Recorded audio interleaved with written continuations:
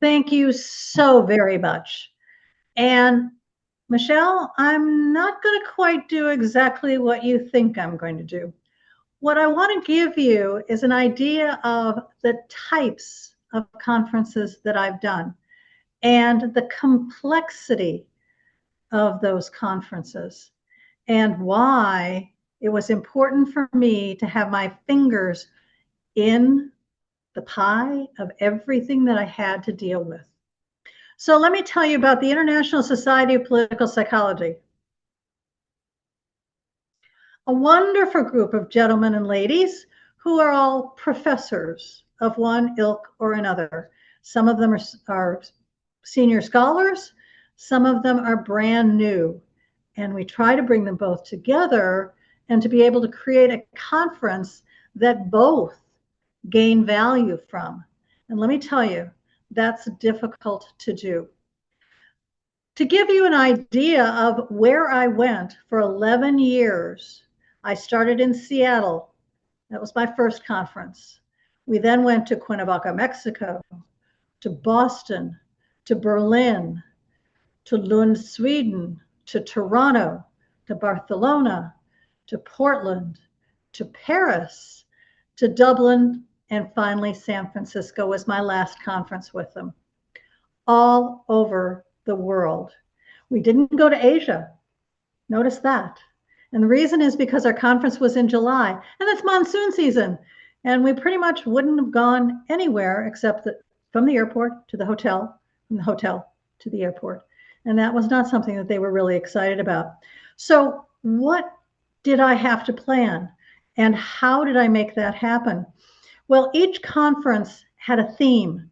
And I did have a team of people on the ground who were professors at the particular university in the town that we were holding the conference. So in Lund, Sweden, it was the University of Lund and that sort of aspect. So I had people from junior scholars, again, to senior scholars, all of whom had their own idea of what the conference should look like. Every year I presented twice what the conferences were. The first time was in January when we did the mid-year board meeting, and I presented that year's conference and what we were going to do, the things that we had planned, where we were going, and we'll talk about what the various aspects were. And then in July, I would do the forward conference. What's the next conference going to look like? Where are we? What are we planning? So that if people had any ideas as to what we should be doing, they could pass those on to us and we could incorporate them into the plan for each of the conferences. Theme was very important, and the local people were the ones who set the theme for their particular conference, and they were really excited about making that happen. Then I had to build a conference around that theme. The locations came from bids, so the various colleges and universities would bid on bring the conference to our city. We'd really like to be able to host a conference for ISPP. We have and they would give us ideas of where we could go, what we could do, what kinds of tours we could have, and that kind of thing. So I would then filter through that to build. We're going to have the awards banquet here. We're going to have the opening reception here. We're going to have the junior scholars meeting here. Here are two off-site tours that we can take. And when we were in Dublin, that was actually kind of interesting because you can't cross the border into the other half of Ireland without having a passport. So it was the dates. We also picked the dates. It was a 4-day conference. What was interesting was when we did Toronto, you'd think, gee, that's Canada. That's really easy. Yeah. We happened to do it over the 4th of July. Well, the 5th of July is a big holiday for the Canadians.